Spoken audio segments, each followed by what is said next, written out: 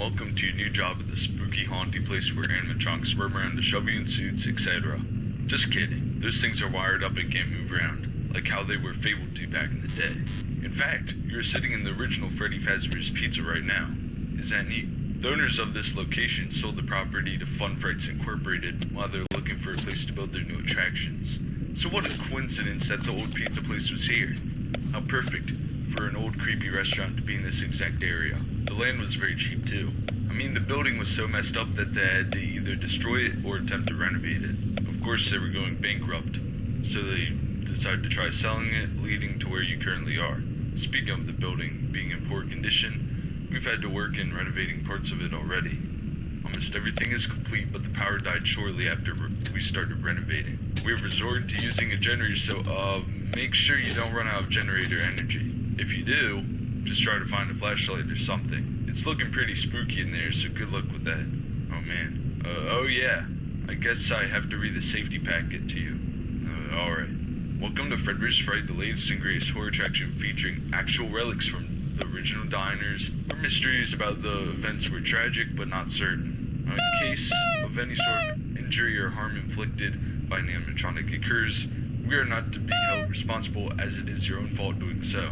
If the chance of a person has turned up missing or has a fatal event happened within our premises, the location of that event will be cleaned up after the attraction's running hours, blah blah blah. What a bunch of nonsense. I mean, I could understand injuries if someone was just plain old dumb with our equipment. But to die in our building, that's ridiculous. Our animatronics should be just fine. Anyways, let's finish up on how you have to work the place. So to your left, you have a big old door thing from the old Freddy Fazbear's Pizzeria. It's used to close off guests while they're playing the flashlight game next to your office. It makes a cool transition from when they leave the game and enter the office. And finally, to your right, you have a false vent that you can shut once the guests have exited. We don't want them coming back through, or something like that? I don't know. Alright, I'll leave you to it now. See you on the flip side.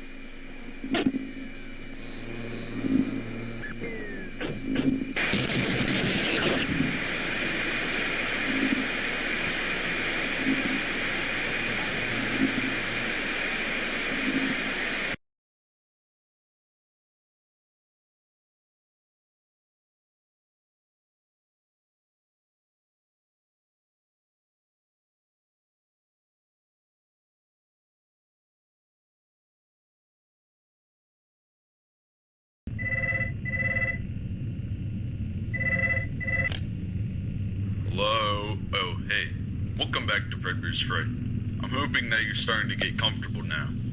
Okay, so I have some pretty good news right now. We have been working on the animatronic programming and they seem to be working a bit now.